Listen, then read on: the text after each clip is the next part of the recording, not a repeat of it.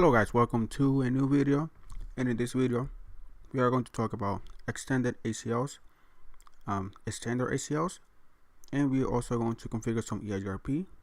And first and foremost, if you haven't followed me on Twitter, go ahead and follow me at CCNA Daily Tips. If you have a Twitter account, go ahead and follow me there. So let's go ahead and start with this topology. And I already configured all the IP addresses of the computer and I plug everything in, but I have not configured EIGRP, and none of the interfaces in the routers are configured either. And if you guys want to download it, it's going to be on the description below. It's going to be the empty one. That's the one that I always leave, so you guys can follow me on this video and do what I'm going to do, okay? So because that's how you learn by doing it, okay? So first, before we start configuring ACLs, we have to configure the routers to use EIGRP. So let's go ahead to let's go to router 1 first and foremost. Let's go ahead and do no over here. And also, if you guys want any videos, just go ahead and leave me a comment below and I will help you out with a video. So I'm taking requests right now. So now let's go ahead to interface gigabit 00, which is this one going now. That one. Now shut down. Now let's go to interface 01. The IP address for that one is 10.1.1.1. The mask is 255.255.252. Now shut down. Okay, now let's go ahead and do router EIGRP 1. Now the summary network. Let's add this one, and then let's add the other one, which is 192.168.1.0 255.255.255.0. Okay, now let's go ahead to router 2 and let's do configure. It's going to be about the same thing, the same way I configured router 1. First, let's give it a host name, R2, and then interface gigabit 0.0.0 IP address .168.2.1. Now shut down. Go ahead to gigabit 01 IP address 10.1.1.2.252. Now shut down. Let's go ahead and configure EIGRP autonomous system 1. Remember, it has to have the same autonomous system. Okay, now let's go ahead and do now the summary network 10.1.1.2, and that should after I do that, I should have a neighbor,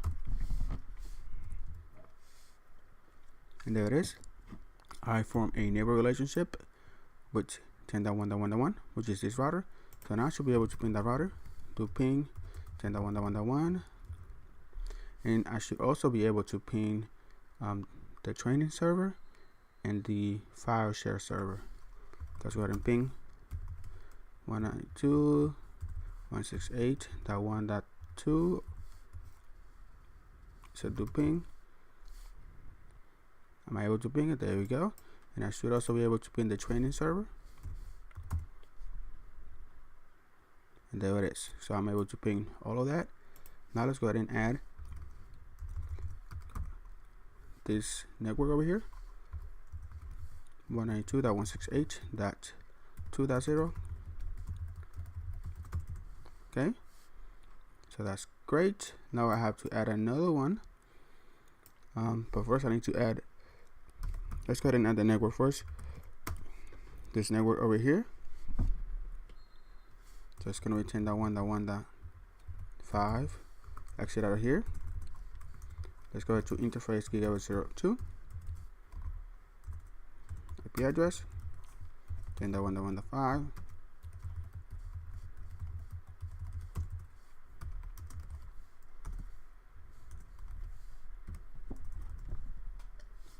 Now shut down. Now let's go ahead and configure router 3 as well with EIGRP.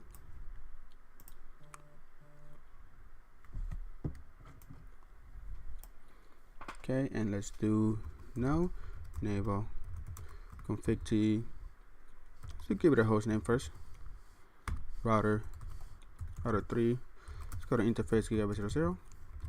IP address 192.168.3.0.1. I'm sorry. /24. Now shut down. Now let's configure interface gigabit 02. IP address of 10.1.1.6. 252. Now shut down. Now I should be able to ping 10.1.1.6 or .5, which is this router over here, router 2. So now let's go ahead and configure EIGRP. EIGRP autonomous 601 network 10.1.1.6.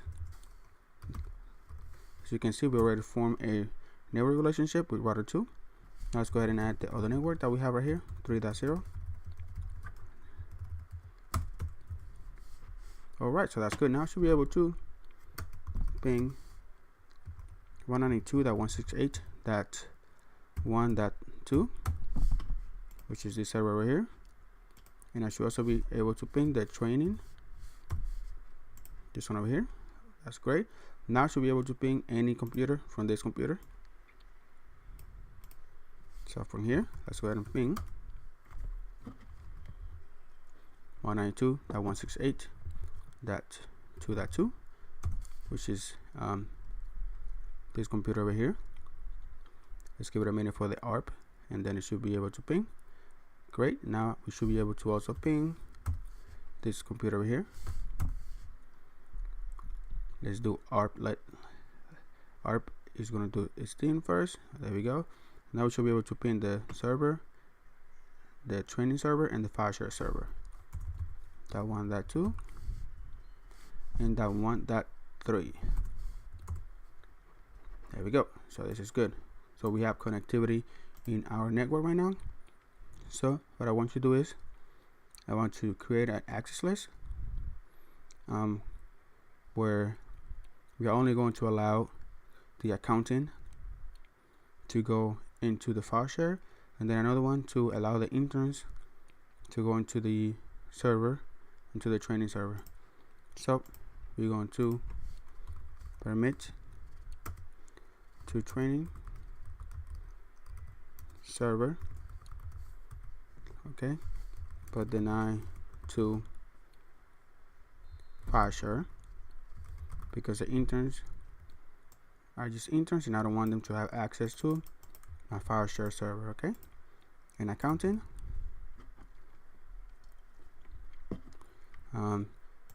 should have permit to the file share, but they should not have access to the training. Okay, so what we're going to do is we're going to try to do it with a standard access list. And when you do it for a standard access list, it needs to be as close to the source as possible. Okay, so we have to do it on this gigabit 00. Okay, and we're going to do it going out. So let's go to this interface. Let's exit, configure the first one, which is going to be access list. So let's go ahead and try to create an access list, number 1, and we're going to permit this IP address.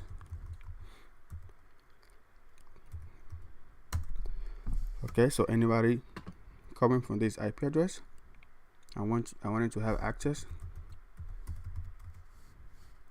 okay, to this file share server. And as you can see already, if you're looking at it, when we do that, and then we go to interface gigabit 0, what that's going to do is, let's do access IP access group 1 out. What this is going to actually do is it's going to allow this to have access to both the server training and the file search and the file share server. Okay, and that's because when you're doing a standard access list, you are only able to filter the source of it. Okay, so you're not able to do the source and the destination. We're only allowed to do the source, and for that reason, and a standard access list, it's not going to work. Okay, so if we go over here, let's go ahead and try to ping 192.168.1.2. so we're able to ping it, and we are able to ping the training. You see right here, so it is allowing for both of them. So a standard access list is not going to work. So let's go ahead and go exit, and let's delete that access list.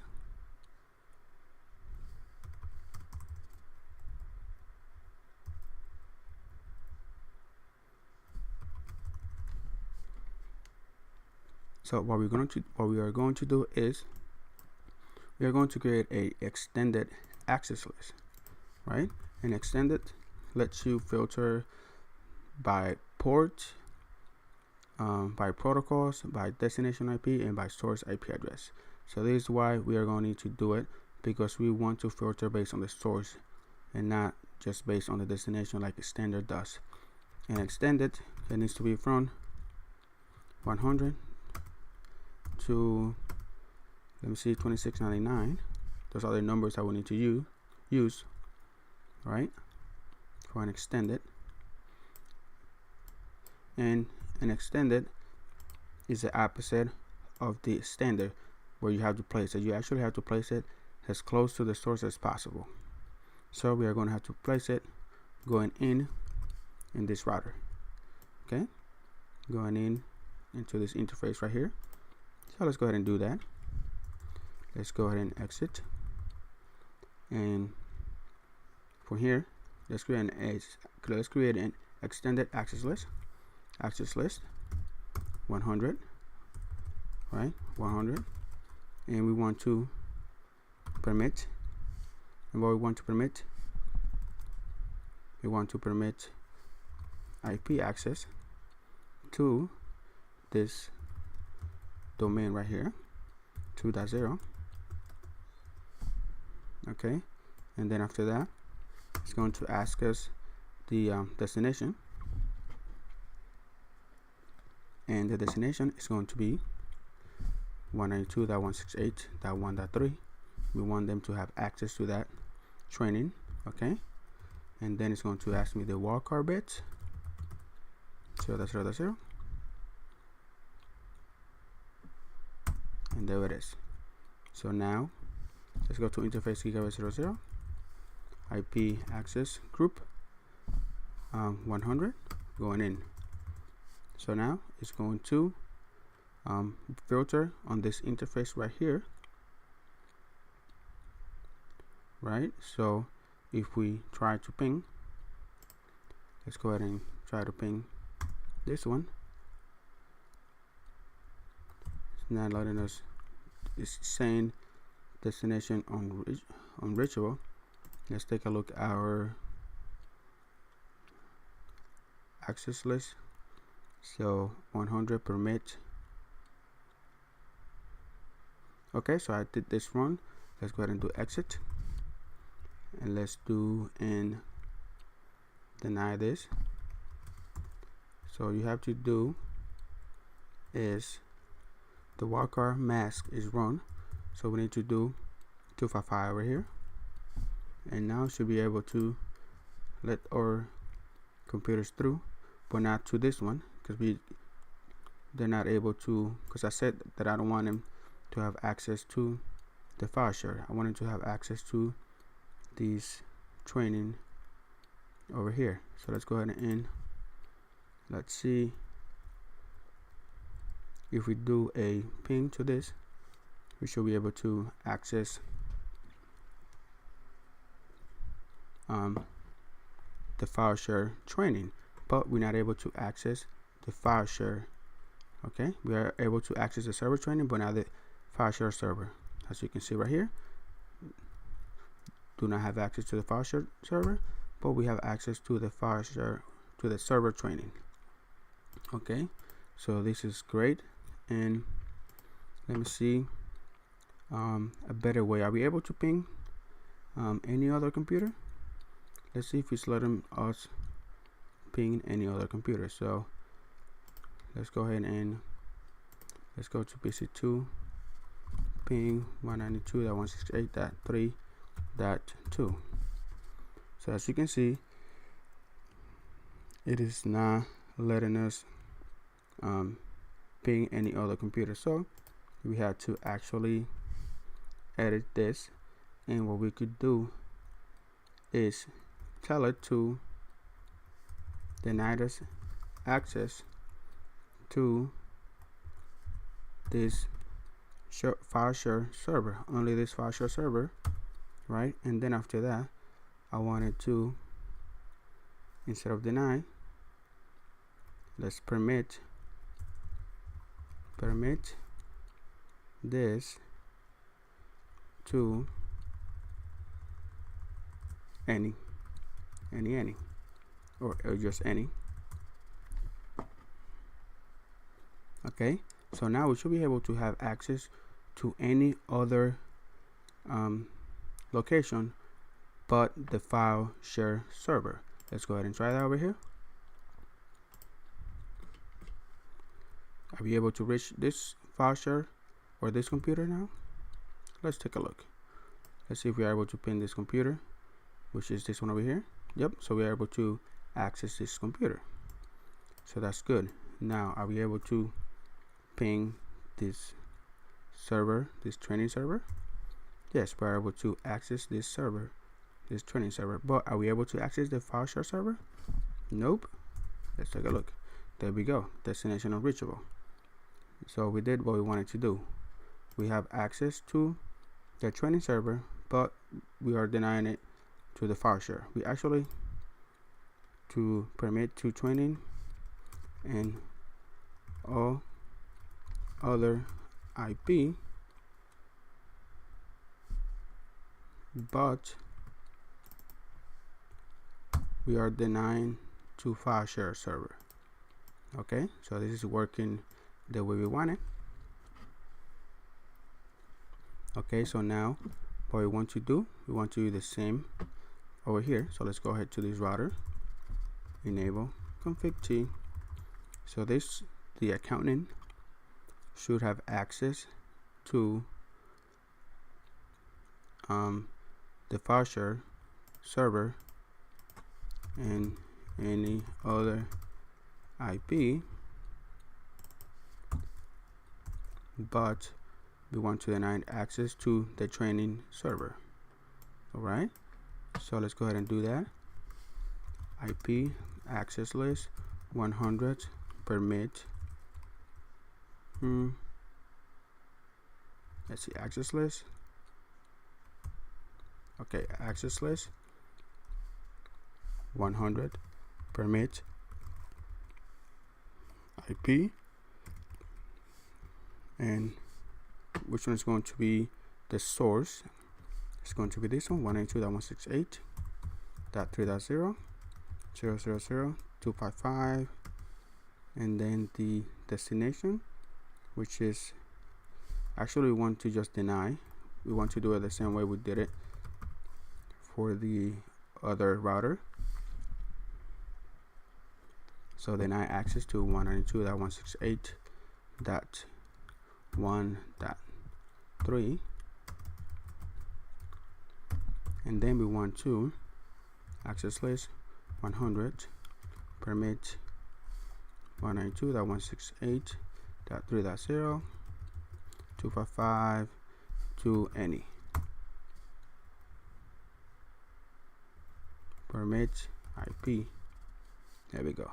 So what's going to do is first going to deny access to this source or to this destination right here, and if that doesn't match, if we're not trying to ping this destination, what it's going to do is going to go down to the other access list It's going to say, oh, okay, so you're allowed to have access to any other IP but this IP address, which is the training server. So from here, let's go ahead and try to ping 192.168.1.3. okay, and we have access, and that's because we have not activate this access list. We have to put it on gigabit 00. Going in, interface gigabit 00, IP access group 100, going in. Now it should work. Let's see. There we go, destination unreachable, because it's blocking access to it. But we are able to ping these file share server over here and any other IP address. So if we ping that 2.2, which is this one over here, we're able to ping it. We're able to ping that 2.3. We're also able to ping 10.1.1.1, which is this router over here. Okay, so we have done what we wanted to do, and this is all for this video. And if you guys like this video, go ahead and hit that like button, share this video, and if you want more videos like this, just subscribe to my channel. I have a bunch of videos like this on CCNA topics, so if you like it, just go ahead and subscribe to my channel and stay up to date. And also visit my website at ccdtt.com, and also don't forget to follow me on Twitter at CCNA Daily Tips. Thank you guys for watching, and I'll see you on the next one. Bye bye.